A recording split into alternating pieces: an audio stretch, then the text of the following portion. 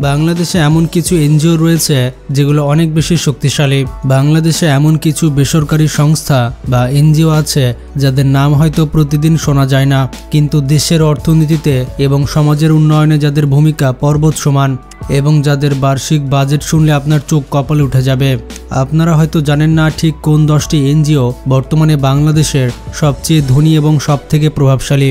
তারা কিভাবে বিশাল অঙ্কের অর্থ পরিচালনা করে এবং তাদের কার্যক্রম কিভাবে গ্রাম থেকে শহর পর্যন্ত মানুষের ভাগ্যের চাকা ঘোরাচ্ছে। তো চলুন দেখে আসি বাংলাদেশের সবথেকে পাওয়ারফুল 10টি এনজিওগুলো।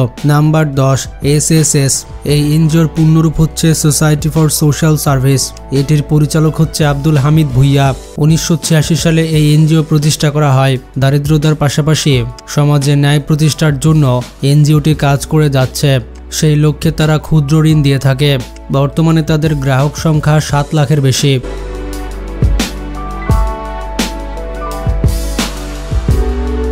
Number 9, Caritas Bangladesh.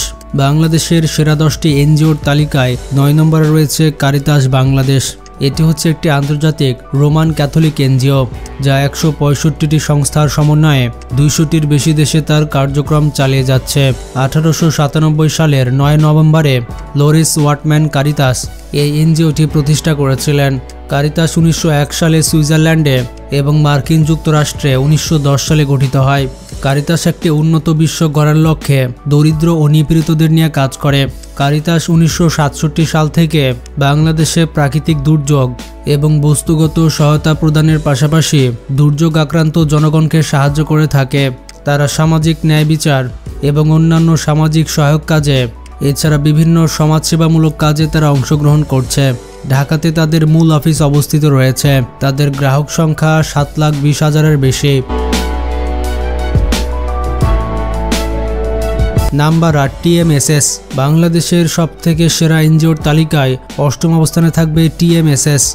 এই বেসরকারি সংস্থা 1980 সালে বাংলাদেশে প্রতিষ্ঠিত হয়। এটির প্রথমে নাম ছিল ঠ্যাঙ্গামারা মহিলা সংঘ সংগঠন। তারা বাংলাদেশের সবথেকে বৃহত্তম নারী সংগঠন। এই সংগঠনের প্রধান উদ্দেশ্য হচ্ছে সুবিধা বঞ্চিত এবং সবথেকে ঝুঁকিপূর্ণ মানুষ, বিশেষ করে গ্রামীণ এবং শহর অঞ্চলের নারী ও শিশুদের আর্থসামাজিক অবস্থান উন্নত করা। TMSS এর সভাপতি হচ্ছে হোসনে আরা বেগম। TMSS গ্রাম অঞ্চলে সেবার মান উন্নত করার জন্য NCC ব্যাংক লিমিটেড সহ বেশ কিছু প্রতিষ্ঠানের সাথে যৌথভাবে কাজ করছে। TMSS এর প্রধান অফিস বগুড়া এবং ঢাকাতে অবস্থিত। বর্তমানে তাদের গ্রাহক সংখ্যা 7,50,000-এর বেশি।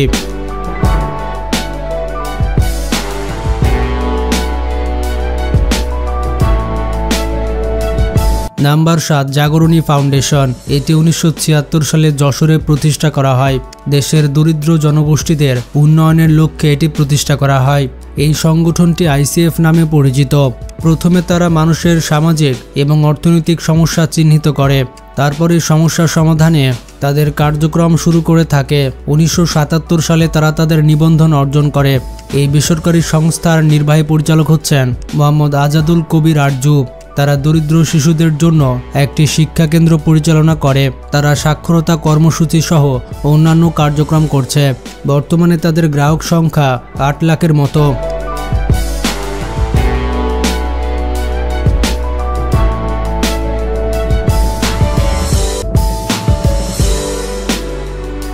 Number 6, care Bangladesh.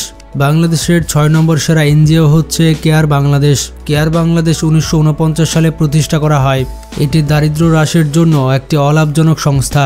তারা পুরো বিশ্বের 87টি দেশে তাদের সেবা দিয়ে যাচ্ছে। তারা জরুরি সহায়তা প্রদান করে থাকে, দারিদ্র্য বিমোচন করে, নারী ও মেয়েদের ক্ষমতায়নে কাজ করে থাকে। তারা বেসিক্যালি দরিদ্র মানুষের উন্নয়নের জন্য কাজ করে থাকে। দীর্ঘ সময় ধরে সুবিধা বঞ্চিতদের তারা সেবা প্রদান করছে। প্রাথমিকভাবে নারী সদস্যদের এবং তার মাধ্যমে পরিবারের বাকি সদস্যদের আর্থিকভাবে সক্ষম করার জন্য আর্থিক কর্মসূচি ভিত্তিক সুবিধা প্রদান এবং অর্জিত লাভের অংশ সামাজিক উন্নয়ন কর্মসূচিতে পূর্ণ বিনিয়োগের মাধ্যমে সমাজ ও মানুষের স্থায়ী উন্নয়নে কাজ করছে। বর্তমানে তাদের গ্রাহক সংখ্যা 8 লাখের মতো। নাম্বার 5, শক্তি ফাউন্ডেশন। বাংলাদেশের সেরা 10টি এনজিওর তালিকায় 5 নম্বরে থাকবে শক্তি ফাউন্ডেশন। শক্তি ফাউন্ডেশন হলো বাংলাদেশের একটি বেসরকারি সংস্থা যা 1992 সাল থেকে সুবিধাবঞ্চিত নারীদের আর্থসামাজিক ক্ষমতায়নের জন্য কাজ করে আসছে। সারা বাংলাদেশে যে সকল নারীরা দরিদ্রসীমার নিচে রয়েছে তাদেরকে নিয়ে এই সংস্থা কাজ করে থাকে। তারা নারীদেরকে তাদের পরিবার এবং সমাজে শক্তিশালী এবং স্বাধীন হিসেবে প্রতিষ্ঠা করার চেষ্টা করছে। এই সংস্থাটির প্রতিষ্ঠাতা এবং চেয়ারম্যান হচ্ছেন ডক্টর হুমায়রা ইসলাম। শক্তি ফাউন্ডেশনের হেড অফিস ঢাকার মিরপুরে অবস্থিত। বর্তমানে তাদের গ্রাহক সংখ্যা 8,10,000। এই বেসরকারি সংস্থাটি মাইক্রো ক্রেডিট বা ক্ষুদ্র ঋণ কর্মসূচির মাধ্যমে নারীদের অর্থনৈতিকভাবে স্বাবলম্বী করে তোলে। Number 4, bureau Bangladesh. বাংলাদেশের 4 নম্বর সেরা এনজিও হচ্ছে ব্যুরো বাংলাদেশ। ব্যুরো বাংলাদেশ একটি অলাভজনক বেসরকারি উন্নয়নমূলক সংস্থা যা 1990 সাল থেকে মানুষের অর্থনৈতিক ও সামাজিক উন্নয়নে কাজ করছে। এটি সহজ শর্তে ঋণ, সঞ্চয়, প্রশিক্ষণ এবং অন্যান্য আর্থিক ও সামাজিক সেবা প্রদান করে থাকে। সংস্থাটির লক্ষ্য হচ্ছে একটি স্বনির্ভর ও সমৃদ্ধ সমাজ তৈরি করা। সময়ের সাথে সাথে এটি সেরা ক্ষুদ্র ঋণ প্রতিষ্ঠাতা হিসেবে সুনাম পায়। এই বেসরকারি সংস্থার হেড অফিস ঢাকার গুলশানে অবস্থিত। বর্তমানে তাদের সদস্য সংখ্যা 8,30,000। তারা দরিদ্র জনগোষ্ঠীর সঞ্চয় করতে সাহায্য করে, জামানত ও কোনো চার্জ ছাড়াই সঞ্চয় সুবিধা প্রদান করে, যা থেকে গ্রাহকেরা তাদের ভবিষ্যৎ আর্থিক প্রয়োজন যেমন ব্যবসা, শিক্ষা, স্বাস্থ্য এবং গৃহ নির্মাণে বিনিয়োগ করতে পারেন। ঋণের সাথে সাথে কারিগরি প্রশিক্ষণ ও সহায়তা প্রদান করে, যা গ্রাহকদের সক্ষমতা বৃদ্ধি করে। এটির লক্ষ্য হচ্ছে সাধারণ মানুষের জীবনযাত্রার মান উন্নয়ন করা, টেকসই উন্নয়নে সহায়তা করা এবং একটি স্বনির্ভর ও অর্থনৈতিক স্বাধীন সমাজ গঠন করা। ইন্টারেস্টিং ব্যাপার হচ্ছে বিগত 4 অর্থ বছর ধরে সেরা করদাতা হিসেবে তারা স্বীকৃতি লাভ করেছে।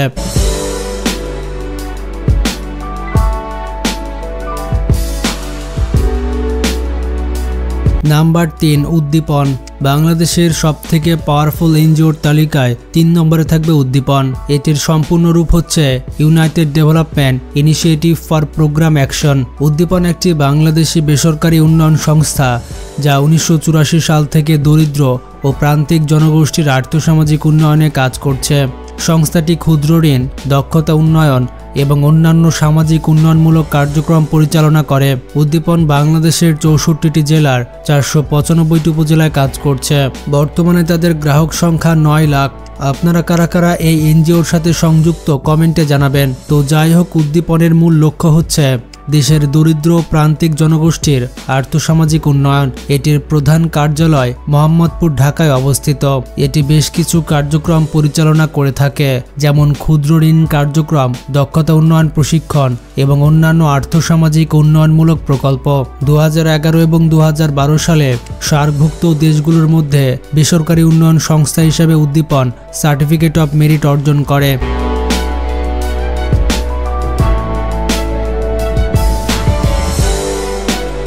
নাম্বার 2, আশা। বাংলাদেশের 2 নম্বর সেরা এনজিও হচ্ছে আশা।